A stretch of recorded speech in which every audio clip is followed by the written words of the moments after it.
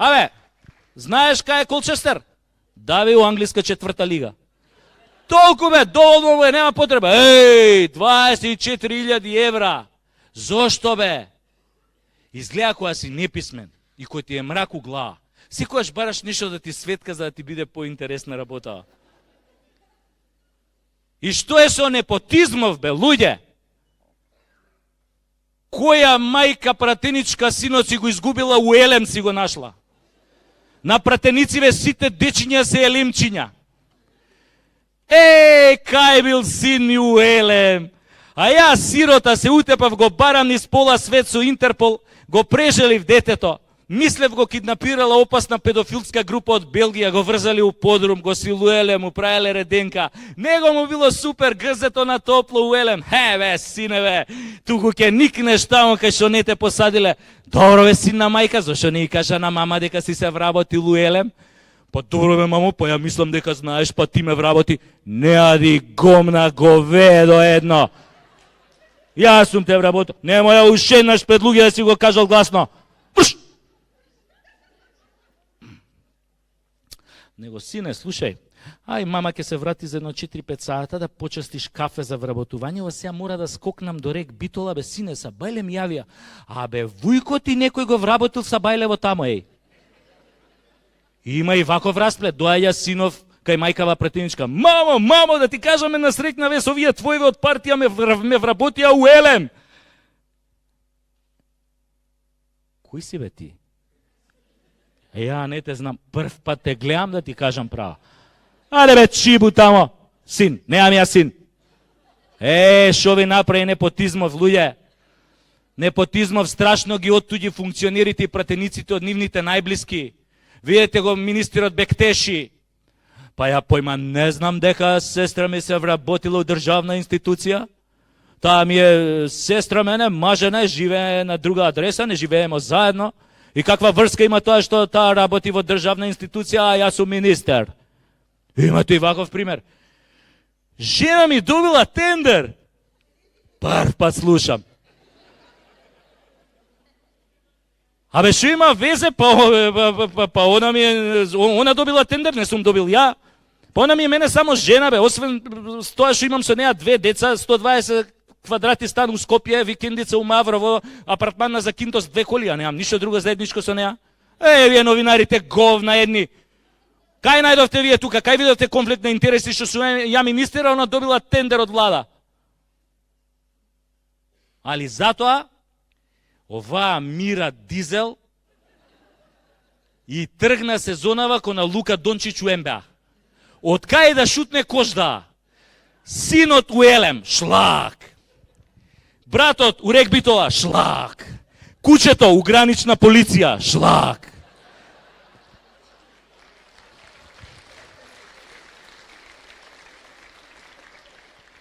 Папагалот, директор на опера и балет, шлак.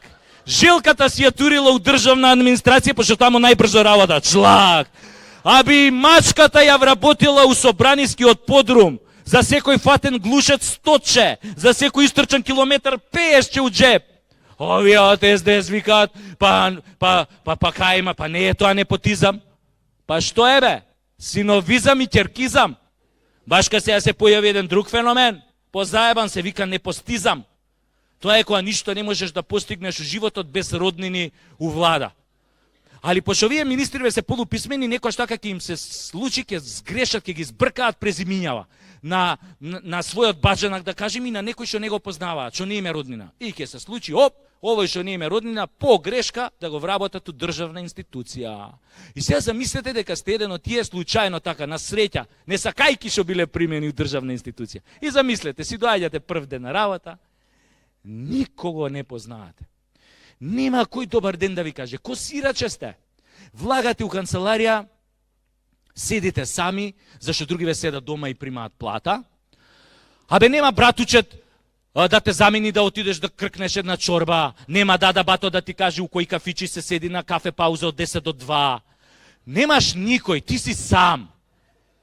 Затоа, многу од тие кои што нема таква среќа по грешка да бидат примени у државна институција, не ги пред германскиот конзулат во Козле, во Скопје, у редица од километар и пол. И многу такви медицински сестри, лекари, инженери, занаечи оваа година ќе заминат за Германија. Па нормално е, овде ако немаат роднини, таму ќе си ги пречекаат како своји. Така е секогаш. Луѓе, оваа земја, народот е кабаед, бе. Не е крив ни Заев, ни Груевски, ни Бранко, ни Љупчо, ни Бучко, бе. Ние сме говна, бе. Овде никој не си ја гледа својата работа. Овде малограѓанштината има 1000 лица. Погледнете само, искочите на улица, одма ве зјапа некој. Шампиони сме уз јапање. Замислете дека сте некоја жена така натарена и трчате сега на кеј или во парк. Си трчате. Секој што види од спротивен правец ве зјапа. Прво ве зјапа у лице, после у цице и на крај у пице. Кој ќе се разминуете, го крева погледот од пице на лице. Еден ако не ве погледне, одма знаете дека е странец. Али него ако го сретнете после 5-6 месеци, и он ќе ве зјапа као говедо. Одма го научиле, маме, му ебам норвешко. Али, олимписки шампиони уз јапање се пензионери, бе. Затоа што они се нон-стоп на улица. Освен на први која се у банка, кој им доаѓа пензијава. Пензионери, бе, ви се кој X-мен те скенираат. Те зјапаат онака устав мирно.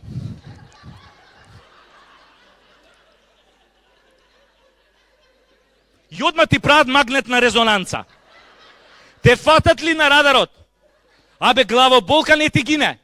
Може и да не ти се дига еден месец.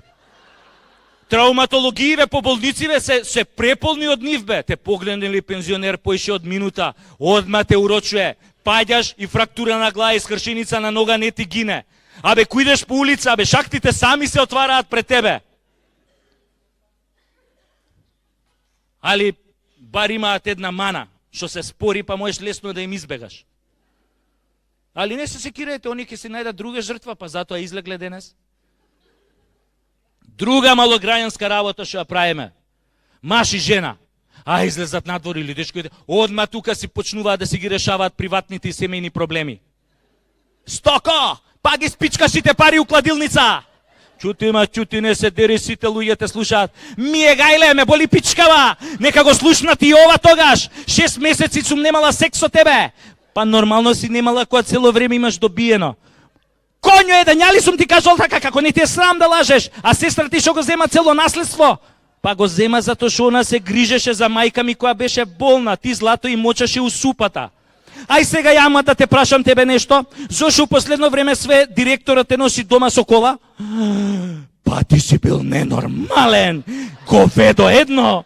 Па зашо ме сматраш ти мене? Па јас сум поштена жена. Па ти немаш појма колку човекот е фин, образован, културен, елоквентен, па колку е искрен со мене. Ми вика, тебе те доживувам злато као сестра, на тебе уопште не ми се дига. И тебе тука ти онака со 2 прста да ја задавиш у моментот, кога гледаш еден пензионер од страна, те зјапа уста. Се извинувам, синко, каде има тука амбуланта? Сега ќе ти кажам каде има амбуланта и на тебе и на неа, маме, ви ебам ваша. Мрш! Исто, у светот сме многу познати по тепање деца. Луѓе, ние со тепање ги воспитуваме децата. Каде бе сега у Европска унија кој ќе влеземе без со тепање деца? Не може така. Имам кум во Белгија. Му викам, куме, шо правите? Викам, вие ги тепате децата ако се немирни? Не, мој куме, некој да те слушне. Какво тепање бе, вика, овде дудриш дете до животна робија, не ти гине бе. Па добро бе, куме, шо им правите кога здисуваат? Па куме, ви сега, ние други работи им правиме. Ненормални тоа белгијанците, кои се немирни деца ги заврзуваат у подрум и не ги пуштаат од подрум едно 15 години и после у Црна хроника само ќе прочитате што друго им правеле умеѓу време додека биле затворени. Али затоа ние сакаме да си ги тепаме децата, бе, одма тоа нервозата да ни излезе. Тоа е балканското наше, боемското, бе. Нема кај нас трте мрте. Имаме и методи развиено како да го тепаш детето у јавност, а никој да не примети. Да, имаме методи. Например, у јавност, например, ја користиме онаа најселска финта. Ако дете во нешто здисува у јавност, само му дајдеш онака насмене и му кажеш срце, душо, джигер магарешки, штрак и одма вака фризура си местиш. Али, ако е малиот стварно неваспитан, и ако на тоа на глас почне да се дере, што ме удираш бе ти тука сега? Тогаш одма одиш у втора фаза. Онака дискретно го подгазуваш на нога, за да не може да бега, го фаќаш овдека за косата на дувото и така го потегнуеш да ти остане коса у рака. Ако и после тоа продужи да урла, идеш у трета, финална фаза на обрачунот, му збрцуеш прсти у ребра, го креваш вака горе му и кажеш заќути, ке ти ебам пичката мајчина говедо едно.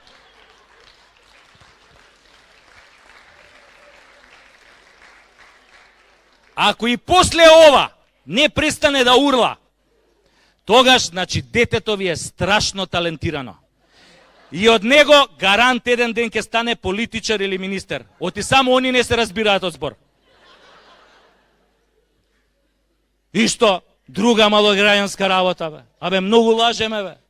Добро, овие политичари, бе, што лажат, затоа земаат плата. Ама ние обичниот свет како лажеме. Бацај, иди бе, ти иди, ќе дојдеме, а ти само иди. Булјо, нели рече дека ќе ми се јавиш, бе. Булјо, само што помислив на тебе, го земав мобилниот рука, само што сакав да ти свртам, ама ти беше побрз.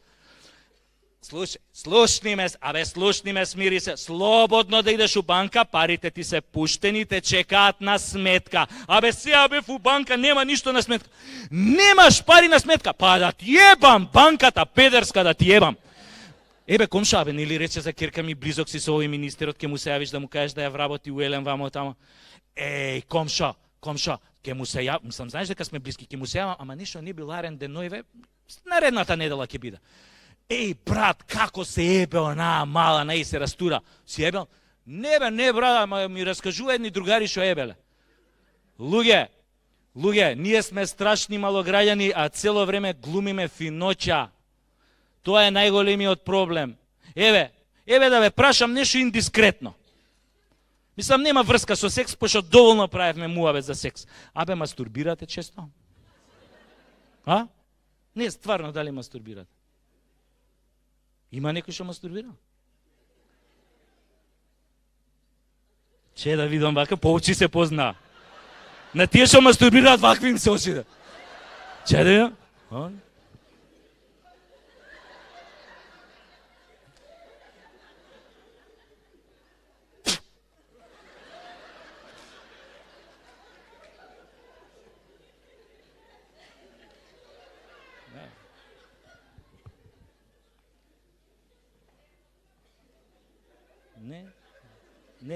Не.